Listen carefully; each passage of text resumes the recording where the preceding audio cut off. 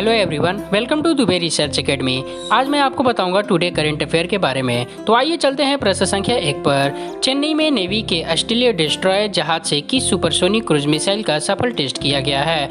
Option है Rafale, BrahMos, पृथ्वी, अग्नि। सही उत्तर होगा ब्रह्मोस। चेन्नई में नेवी के ऑस्ट्रेलिया डिस्ट्रॉयर जहाज से ब्रह्मोस सुपरसोनिक क्रूज मिसाइल का सफल टेस्ट किया गया है। इस टेस्टिंग के दौरान मिसाइल से अरब महासागर में एक टारगेट पर सटीक निशाना लगाया गया। डीआरडीओ के मुताबिक यह मिसाइल ध्वनि की रफ्तार से 3 गुना तेजी से वार कर सकती है। इसकी रफ्तार करीब 3457 किलोमीटर प्रति घंटे है।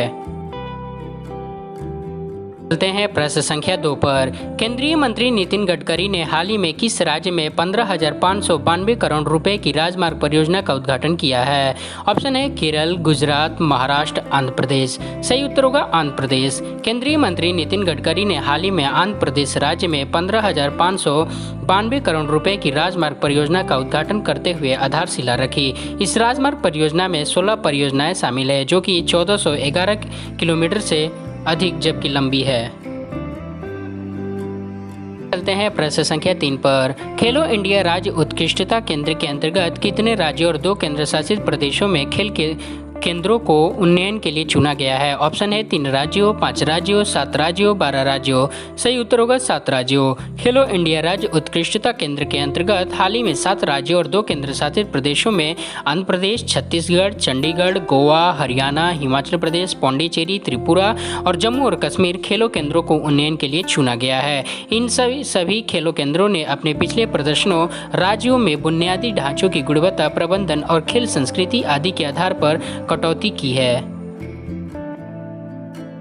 प्रश्न संख्या 4 पर। प्रधानमंत्री श्री नरेंद्र मोदी ने 19 अक्टूबर को किस राज्य में स्थित मैसूर विश्वविद्यालय के शताब्दी दीक्षांत समारोह को संबोधित किया? ऑप्शन है कर्नाटक, केरल, महाराष्ट्र, पंजाब। सही उत्तर होगा कर्नाटक। प्रधानमंत्री श्री नरेंद्र मोदी ने 19 अक्टूबर को कर्नाटक राज्य में स्थित मैसूर विश्वविद्यालय के शताब्दी दीक्षांत समारोह को संबोधित किया। 27 जुलाई 1916 में स्थापित यह मैसूर विश्वविद्यालय देश का 6ठा विश्वविद्यालय और कर्नाटक राज्य में पहला विश्वविद्यालय था। इस विश्वविद्यालय की स्थापना मैसूर रियासत के दूरदर्शी महाराजा महामहिम श्री नलवाड़ी कृष्ण राज वाडियार और तत्कालीन दीवान सर एम.वी. विश्वेश्वरैया ने की थी।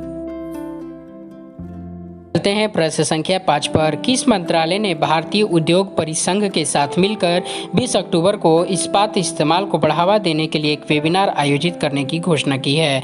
ऑप्शन है खेल मंत्रालय, सांस्कृतिक मंत्रालय, इस्पात मंत्रालय, शिक्षा मंत्रालय। हमारा सही उत्तर होगा इस्पात मंत्रालय। इस्पात मंत्रालय ने हाल ही में भारतीय उद्योग परिसंघ के साथ मिलकर 20 अक्टूबर 2020 को भारत के ग्रामीण और कृषि क्षेत्र में इस्पात इस्तेमाल को बढ़ावा देने के लिए एक वेबिनार आयोजित करने की घोषणा की है। आयोजित किए जाने वाले इस वेबिनार का शीर्षक आत्मनिर्भर भारत, ग्रामीण अर्थव्यवस्था, कृषि, ग्रामीण विकास, डेयरी एवं खाद्य प्रसंस्करण के इस्पात के इस्तेमाल को प्रोत्साहन है। हैं प्रश्न संख्या 6 पर। भारत के किस राज्य में international institute of advanced virology के पहले चरण के संचालन की शुरुआत की गई है? ऑप्शन है गुजरात, बिहार, केरल, पंजाब। सही उत्तर होगा केरल। भारत के केरल राज्य में international institute of advanced virology के पहले चरण के संचालन की शुरुआत की गई है। यह international institute of advanced virology Thiruvananthapuram के थोक्कल में लाइफ साइंस पार्क में स्थित है। साथ ही वायरोलॉजी डॉक्टर अखिल बनर्जी की वो शोध संस्थान के प्रमुख के रूप में नियुक्त किया गया है। प्रश्न संख्या 7 पर। संयुक्त राष्ट्र के द्वारा जारी रिपोर्ट के मुताबिक जलवायु आपदाओं से सबसे ज्यादा प्रभावित होने वाले देशों में भारत कौन से स्थान पर है? ऑप्शन है पहले, दूसरे, तीसरे, चौथे। सही उत्तर होगा तीसरे। हाल ही में संयुक्त राष्ट्र के द्वारा जारी रिपोर्ट के मुताबिक जलवायु आपदाओं से सबसे ज्यादा प्रभावित होने वाले देशों में भारत तीसरे स्थान पर है, जबकि चीन अमेरिका के बाद तीसरे स्थान पर है। जारी रिपोर्ट के मुताबिक चीन में करीब 600, अमेरिका में 467 तथा भारत में 300 से ज्यादा प्राकृतिक आपदाएं दर्ज की गई है। चलते हैं प्रश्न संख्या 8 पर। विशाल वी शर्मा को हाल ही में किसने भारत के अस्थायी प्रतिनिधि के रूप में नियुक्त किया है? ऑप्शन है मूडीज, यूनेस्को, विश्व बैंक, WHO। सही उत्तर होगा यूनेस्को। विशाल वी शर्मा को हाल ही में राजदूत के पद के साथ संयुक्त राष्ट्र शैक्षिक, वैज्ञानिक और सांस्कृतिक संगठन यानी कि यूनेस्को के लिए भारत के अस्थायी प्रतिनिधि के रूप में नियुक्त किया है। वे जावेद अशरफ की जगह अपने स्थान ग्रहण करेंगे। प्रश्न संख्या 9 पर 19 अक्टूबर को किस देश में मदर टेरेसा डे मनाया गया है? ऑप्शन है अस्कोलोविया, अल्बानिया, जापान, भारत। सही उत्तर होगा अल्बानिया। 19 अक्टूबर को अल्बानिया में मदर टेरेसा डे मनाया गया है।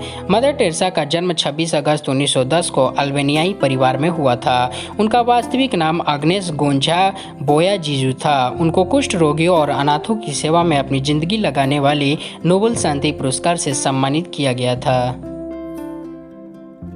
चलते हैं प्रश्न संख्या 10 पर। तेजी से बढ़ते कोरोना मामलों की वजह से किस देश के पीएम इगोर माटोविक ने देश में मास टेस्टिंग करवाने की घोषणा की है? ऑप्शन है उज्बेकिस्तान, इराक, जापान, स्लोवाकिया। सही उत्तर होगा स्लोवाकिया। तेजी से बढ़ते कोरोना मामलों की वजह से स्लोवाकिया यूरोप महाद्वीप में स्थित स्लोवाकिया देश के पीएम इगोर माटोविक ने देश में मास टेस्टिंग करवाने की घोषणा की है। उन्होंने कहा है कि कोरोना को रोकने के लिए यह एकमात्र तरीका मास टेस्टिंग है। इस समय अमेरिका में सबसे अधिक 83,86,244 संक्रमित मामले हैं, जबकि 2,24,284 मौतें हुई है।